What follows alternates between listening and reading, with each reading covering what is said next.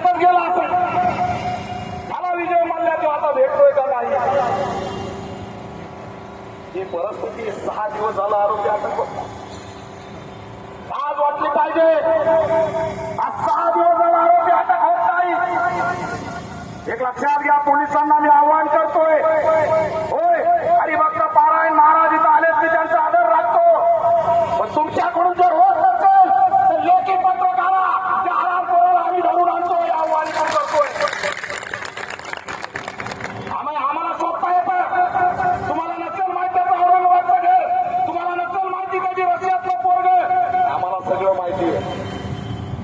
नाटक करू नका. येणाऱ्या 24 तासाच्या आत दोघंची दोघात अटक झाले पाहिजे. सीसीटीव्ही मध्ये दिसते.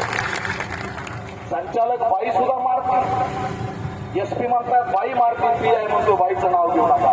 अरे कोण आहे? बरोबर आहे का? आणि वाईट वाटतं. एक लक्षात ठेवा, हे गरिबांचं दुखणं कुणीही मांडत नाही. तुम्ही GR काढला होता, राज्य सरकारचे प्रतिनिधी आताच बोलले. त्यांनी येऊन इथं न्यायाची भूमिका मांडली, मी स्वागत करतो. पण का 2च मुली का दत्तक घेता? अरे या महाराष्ट्राच्या जिजाऊच्या सगळ्या लेखी दत्तक घ्यायला काय व्हायला लागलंय? शिकू द्या ना गरीबाच्या लेकराला. तुम्ही म्हणता 10वी पर्यंत मुलींना शिक्षण मोफत आहे, मग 28,000 रुपये कोणते मागत होता? तुम्ही मतदान घेताना मुलींना शिक्षण देतो म्हणून मोफत, मग कुठून घ्यायचं 28,000 आणि कुठून आणायचे त्याने 28,000? या म्हणता महाराजांनी हा उत्तर आम्हाला पाहिजे. मित्रांनो, जाता जाता या कुटुंबाच्या ठामपणे पाठीशी उभा राहा. लक्षात ठेवा, ही लढाई गरीब विरुद्ध प्रस्थापित आहे. हे जातीवादाचं भांडण नाही, हे मानवतेच्या न्यायाचं आंदोलन आहे.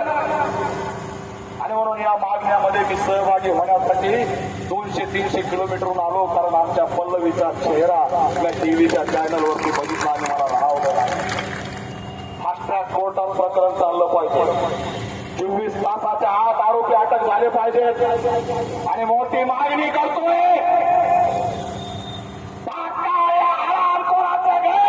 आणि संस्था बुलडोझरनी पाडली पाहिजे, ही सुद्धा मागणी या माध्यमातून करतो. कारण हे आरोपी मुस्लिम असतात तर किती वेळा बुलडोझर गेला? जातं धर्म बघून न्याय द्यायला लागला. याचं घर सुद्धा बुलडोझरनी पाडा, संस्था ताब्यात घ्या आणि सामाजिक न्याय विभागाच्या ताब्यात देऊन सरकारी वसतिगृह त्या संस्थेत चालवा, असं आव्हान करतो. आणि आरोपीला फाशी होण्यासाठी या लढाई शेवट